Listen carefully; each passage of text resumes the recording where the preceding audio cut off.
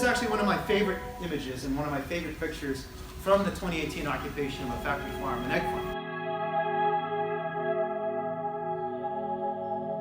And key thing to remember about movements of direct action is every person is uniquely important and everyone has something they can sacrifice for the movement to help folks at the front lines. It's an impressive picture showing all the swarms of people who are going right into the farm to take the animals out. But there's something really important to note about this picture. That when I look at this picture, my eye immediately goes to this important feature of the image. And what is that feature? What do you think is important? What jumps out to you about this image? There's no wrong answers, but what do you think is important? People sharing on social media. People sharing on social media. So you got all these people with cameras, photos, making sure the word gets out. That's great, and that did happen. But I'm thinking of something else. Any other guesses? Back up. In the back. The number of people going in and the number of people cheering them on is a disparate number. Yeah. A much smaller number of people actually doing the direct action. Perfect. A much larger. Yeah. So another thing that is commonly misunderstood about direct action is we look at Gandhi or King. Gandhi spent, I think, 6 or 7 years in prison. King was arrested cumulatively over 30 times, which is pretty amazing. I'm at like 15. I'm like, geez, I don't know how he did 30. Like, I could spend the rest of my life trying to get arrested. I don't know if I can get up to the number of times King was arrested. And we usually think, wow, I can't do that. I can't spend 7 years in prison. I can't go to jail 30 times like King did, or face 16 felonies as I'm facing. And the key thing to remember is you don't have to. Because powerful movements of direct action have different roles for different people. The undocumented immigrant of color is not going to be the same capacity that I am. Doesn't have the same privilege that I have as a citizen to get arrested.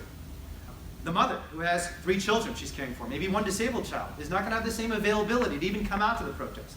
But the key thing to remember about movements of direct action is every person is uniquely important and everyone has something they can sacrifice for the movement to help folks at the front lines. Maybe you're a fundraiser who raises a couple dollars every day to bail people out of jail. Maybe you're a video editor. Jordan in the room is a video editor. Maybe you just take all the video footage from cameras like this one and you put it together into a beautiful video that's posted on Now This. Maybe you're just like the nice person who brings people cookies when they're crying and upset about what they saw on the factory farm. But everybody can be part of a movement of direct action. And everyone has something important to give and to offer the animals. Because effective movements of direct action aren't just about individual people. Again, it's not just about King, it's not just about Gandhi, it's not just about Susan B. Anthony, it's not just about Erica Chenoweth, the great scholar. It's about everyone coming together in an ecosystem of change, where everyone's got a different role. And this is how we're going to change the world in one generation. By every person in this image finding out where they fit. Maybe you're the camera person. Maybe you're the activist going in. Maybe you're the person who's a lawyer negotiating with the farmers. Maybe you're one of the people on the side holding a flower, just creating a powerful visual demonstration. Maybe you're someone who takes the animal when they're coming out and brings that animal to the vet and cares for her for the next 10 years. Right? Everybody's got a different role and everybody has a place in a movement that's effective at mobilizing our society for direct action. So, what do we learn? Well, we learned 3 things. One is, in movements of nonviolence, mass participation is key. That it is not great men or great women or great people, but ordinary people, mass participation that drives movements towards success. Second, we learned that those participants have to be fiercely nonviolent. They need to directly challenge the injustice, but do so with compassion for individuals. Finally, we learned that the power of unearned suffering is incredible, but that not everyone has to suffer in the same way. And when we suffer, and we suffer gladly and sacrifice gladly, whether we suffer by giving up some money, some time, or risking arrest, we can change the world. And there it is. It's a great theory, right? You have it in front of you, take it home, take some notes, share it with other people. Take these slides and deliver the workshop again. I hope Nico doesn't do what I just did with his food. But also deliver this workshop again. I already met somebody, Farah, who's a speaker or wants to be a speaker, and maybe could do the workshop with you next time. But you might be thinking to yourself, wow, this is a great story, but it's just a story, right? It's just a theory. You know? How do you know this is actually going to work? Well, the reason we know we're not speculating or just theorizing and hypothesizing is because we have been implementing this theory over the past 6 years, and it is not a theory anymore. It is actually happening. We are at a turning point in history. In France, dozens of activists recently locked themselves down in slaughterhouse chutes to save gentle cows from slaughter.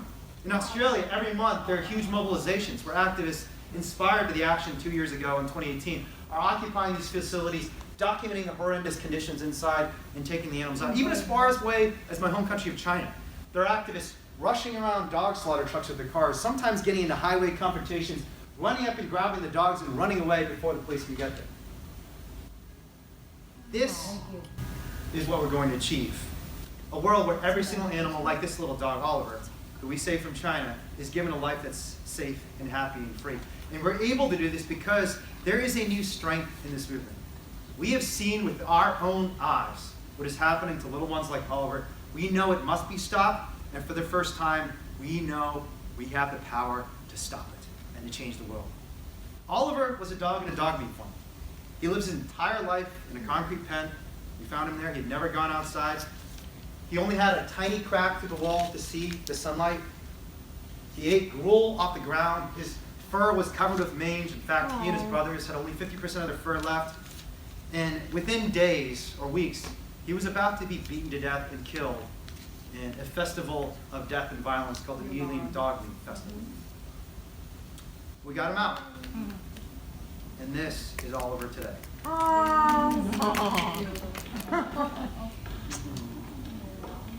We snuck into a dog meat slaughterhouse.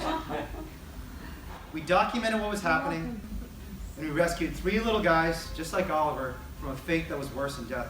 And when the Chinese police arrested us, which they did, when they accused me of espionage and threatened to put me in prison for the rest of my life, we got out, not just with our freedom, with theirs, because we had a powerful movement behind us. We had hundreds of thousands of people on social media.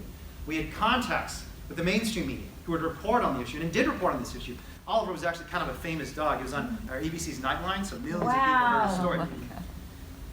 We're able to do this and fight the power of the Chinese government, one of the most despotic, dictatorial, and powerful regimes in human history, because we had ordinary people behind us. We had stories of change. There's growing evidence that because this movement is learning from the tools of social movements in history, we are on the cusp of a breakthrough. And here's some of the evidence. This is actually a chart showing how social change has happened in many different other cause areas: interracial marriage, women's suffrage, abortion, same-sex marriage, recreational marijuana. And the thing to note about this chart is change doesn't happen slowly, right? It gets to a critical point, that 3.5% threshold, and suddenly all the states and all the institutions and all the government bodies change very quickly. What this shows is that while we might not see the markers very clearly, the arc of the universe is bending towards justice. And when we get to the point where society is ready for that change, where the potential energy has been created, where there's enough kindling in the forest fire that that spark hits and our society changes, it's going to happen far faster than you think. And the proof is in the pudding, because things are already changing. Polling data shows that a shocking 32% of Americans now agree with the statement that animals should have the same rights as human beings, and this includes farm animals. If we project out into the future, by around 2051, a majority of Americans will agree with this. In fact, another poll that was done by animal rights activists, but then replicated by an agricultural economist at the University of Oklahoma, showed that 47% of Americans, 1 in 2 Americans, now believe that slaughterhouses should be banned. Good. 47% of Americans. We see similar numbers of animal testing, where the trajectories are support for animal testing continues to go down, and the opposition to animal testing continues to go up. And if you just do a straight line trajectory, by 2036, a majority of the American public will be against use of animals in experimentation. And it's not just public opinion, it's entire institutions. Government bodies like the German Environmental Ministry are going vegetarian. Huge multinational corporations like WeWork are telling their employees that we're going meat-free for the climate and for the animals. So if WeWork, a huge multinational corporation, can ban meat, then why can't an entire city, an entire nation, an entire world? And here's the thing, we are going to ban meat, just as we banned fur in the state of California. Just last year, or just 2 years ago, DXC stood on the steps of City Hall in San Francisco and banned fur in the city of San Francisco. And I gotta tell you, a lot of people in the animal rights movement who are not part of what we did there in San Francisco thought, well, that's San Francisco. I mean, how are you gonna get Fresno, Bakersfield, San Diego, these conservative cities and counties? You know, San Francisco, Berkeley, you crazy hippie radicals have always done weird stuff, but that's never gonna spread to the rest of the world. Guess what happened just a few months ago? LA. We did it. We banned it in LA and then banned it in the entire state of California because we set off that domino effect. We reached that critical mass, and now bans on fur have been proposed in something like a dozen different political entities across the United States, including New York State and New York City. The momentum against fur isn't just in the United States for the market, it's spreading across Europe too, and by 2025, if trajectories continue, a majority of European states will ban the production of fur. Momentum is growing The numbers are growing against animal exploitation, against fur farming, and against factory farming. Fur is just the first domino fall. And I want you to remember what I said a little earlier, that we're at a turning point in history where the world is going to change. This movement will change the world in one generation because it is already doing it. And we want all of you to be a part of it. So if you don't believe that, I'm going to show you one last video before we close, and I'm going to give you a couple different calls to action. This is the future. These people are risking everything to save it. Life is being exterminated, but the resistance is growing. Our government has been corrupted.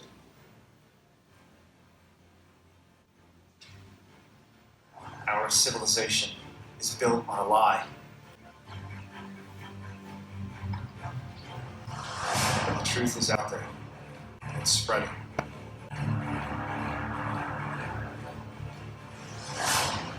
Our eyes are opening.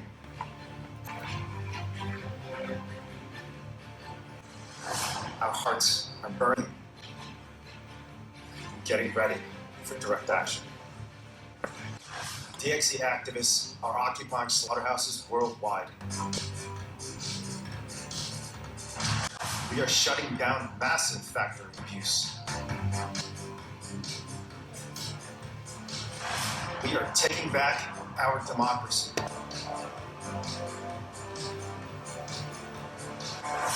We are saving hundreds of animals.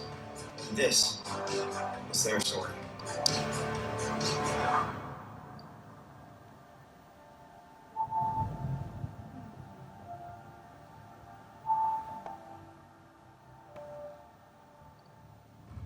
The industry is hell-bent on stopping us.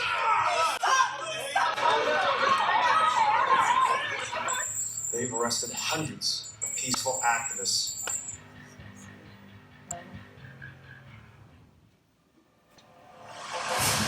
But they can't stop a mass movement.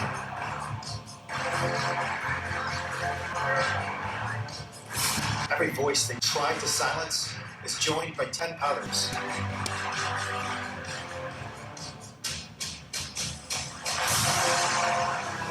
Because we're bringing the fight everywhere.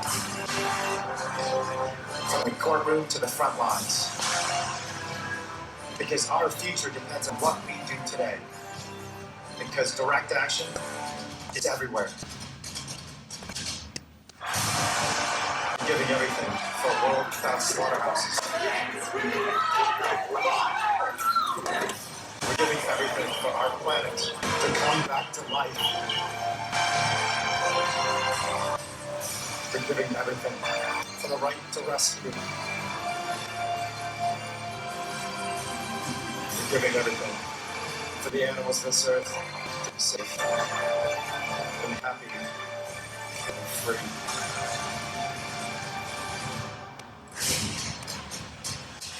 This is the fight of our lives, and we need your help.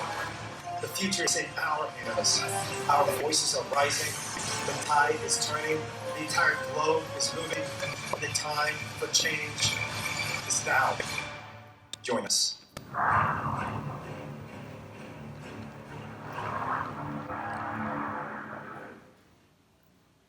All right. Yeah, a little bit of time for us to go and end with just one simple ask. That for a movement to succeed, it's not that everyone has to sacrifice all your time, or all your freedom, all your money. This is all of us have to push ourselves a little harder and recognize that that sacrifice, when we realize the purpose behind it, is a joyful sacrifice. It brings so much meaning and beauty and, frankly, pleasure to our lives. And if everyone in this room can give just 1 hour a week to fight for the animals and for the planet, we can change these systems. We can bring down the most powerful corporations in the world, the most corrupt institutions. But it's going to require all of us coming together. So we have two big campaigns at DXE. There are a lot of other great animal rights groups out there. There's a local chapter that's doing amazing work. Check out Voters for Animal Rights. Yes. Check out the work that Susan Song is doing on the dog meat campaigns in Korea. So there's so many things to do. But two things that DXE is focusing on in the Bay Area and across the nation and world in 2020 are first, the right to rescue. That we want to enshrine the right under a legal system that animals are not things for corporations to abuse, but living creatures that deserve protection. And when activists go into places where animals are being abused, whether it's a dog in a hot car or an animal trapped and starving to death in a factory farm, their right to rescue needs to be protected. We've already passed resolutions in Berkeley in the Democratic Central County Committee in San Francisco. There's a vote before the San Francisco Board of Supervisors in just a few weeks. We'd love for these resolutions to start being passed across the nation as well. And we think this is an important front for the animal rights movement, because very few people, even a factory farmer who looks at a baby animal who's collapsed on the ground and starving to death, is going to say that animal deserves to be thrown into a landfill. We think the public will be on our side when we fight this battle in the court of law, and we need you with us. So if you can give 1 hour a week to the right to rescue, there are many ways to help out, making phone calls, scheduling phone banking events. If you wanted to, even introducing a resolution in your own city, saying in our city, we rescue animals, we don't torture them. The second, and this is in many ways the bigger vision, the bigger dream, we all know there's a climate crisis looming, that we're facing the sixth mass extinction. The best estimate is probably hundreds of billions of animals are dying because of environmental devastation. So we are going to change the world and save the world, protect the world for future generations, and frankly for our own children, for ourselves. We need to create truly green cities. And the truth of the matter is, we can't depend on Washington, D.C. any longer. Whether Donald Trump is elected or even if Bernie Sanders is elected, Washington, D.C. is paralyzed. If we want to create this change, if we want to create a truly compassionate, green nation and world and planet, it has to start in one city. So in Berkeley, California, we're launching a plan in just a few weeks to make a truly green, plant-based city. By first demanding the city government divest entirely from fossil fuels and animal agriculture, and second, setting a timeline of 5 years for the city to expand district by district, more districts across the city, making them entirely plant-based and green and free from exploitation and oppression. See if you can devote an hour to building a green new city. That could be calling people in Berkeley, California, and San Francisco and helping our campaign. It could be introducing an initiative in New York that includes both the movement against fossil fuels and the movement against animal agriculture in one ambitious platform. We need your help. And the thing that I was going to say to you at the end of this talk, which I've only said publicly in one event before, publicly, because I haven't officially announced this, and I'd actually ask you all not to put this on social media. So social media down, off, cameras down.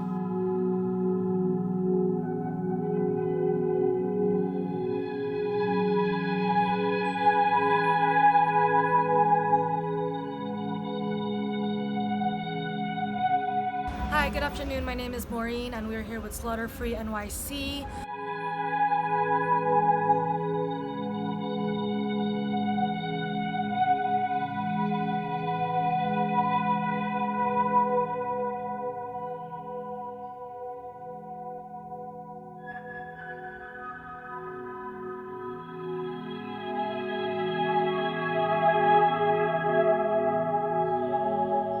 There is a mandate right now stating that there can be no slaughterhouses resurrected within 1,500 feet of residential areas. Obviously, that is impossible because it's so densely populated and there are residential areas all over New York City.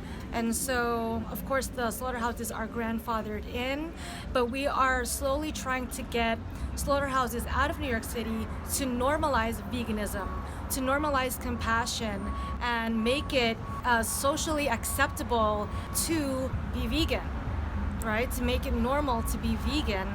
And in this animal agriculture industry, workers are affected. They get severe trauma, PTSD, and other mental health conditions from the nature of their work. They also suffer severe physical conditions, and many of them, their immigration status is in question, right? I'll say that. So the slaughterhouse workers, many of them are exploited for their work because of their immigration status, because of their race, their ethnicity, and of course, the animals are also victims. They are murdered, they're tortured, they are confined in completely unnatural spaces and torn from their families, and ultimately, again, they're butchered just because we think that they taste good.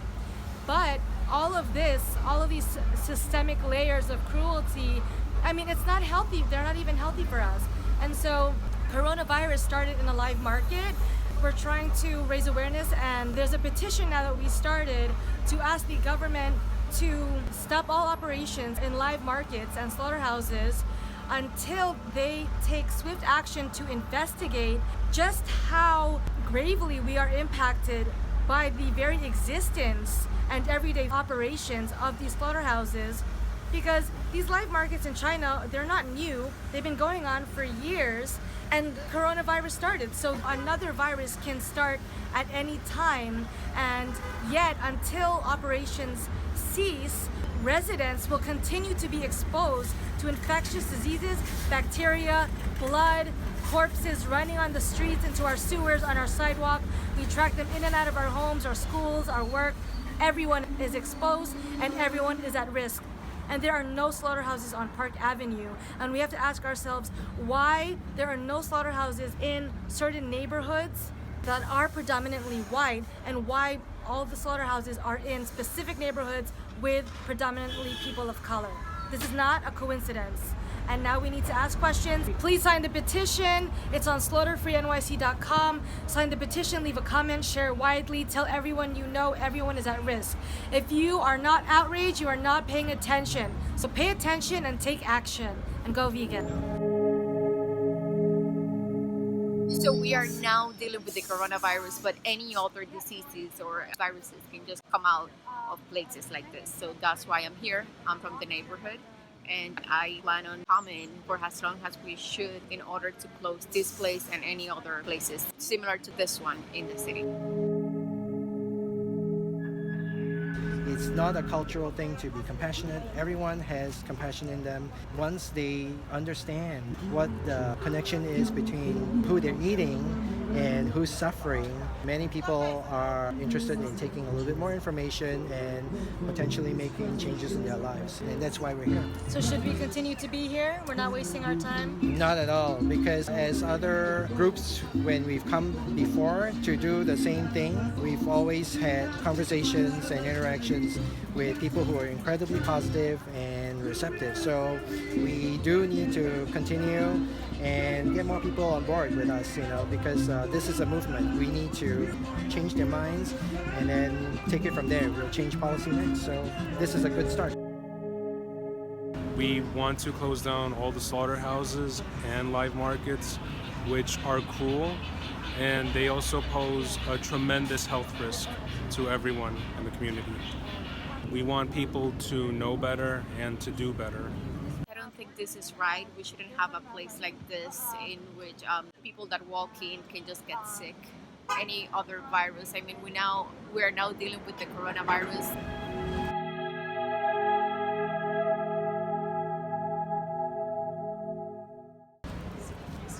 I'm here because I walk my dog through here and I witness a lot of the slaughterhouse that's happening. It's really traumatizing to witness what is happening here, and something needs to be done. Hi, my name's Edward, and I participate in animal rights activism, supporting any group out there. Today, we're out here at the slaughterhouse in Inwood, one out of many. It's crucial that we're especially out here today, given that the recent news has stated that New York is now under a state of emergency, given with the coronavirus and the fear of that's been spreading around. So it's urgent that everyone mobilizes and gets these places shut down. They have to be shut down immediately. It's a health hazard to the public, let alone the amount of cruelty and barbaric murder that goes on here. There's always a consequence for doing such things, and so we want people to know better and to do better.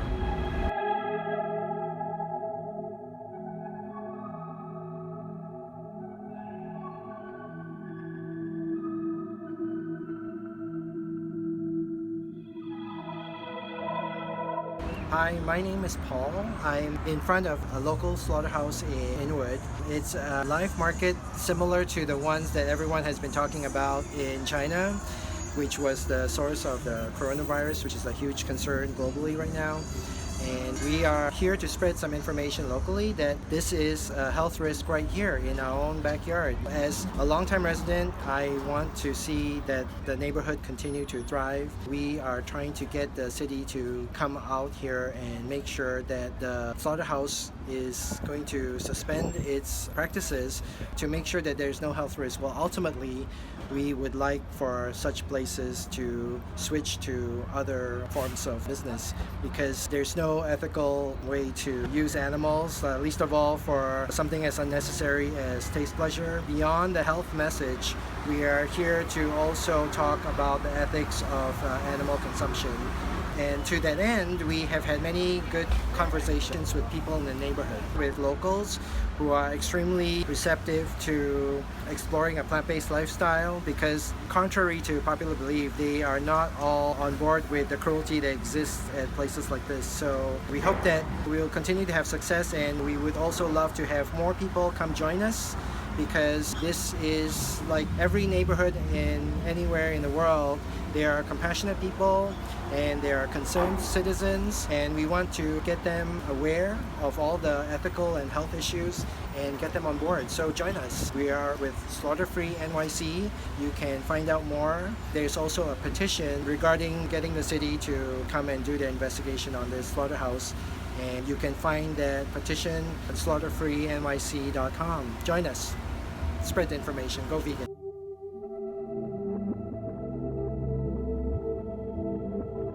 My name is Fig. I went plant-based so I could use less resources through what I eat. Water, land, all that. I learned about the amount of resources that are consumed through a meat diet, through school books, empirical data like that. I've been plant-based about 5 years now.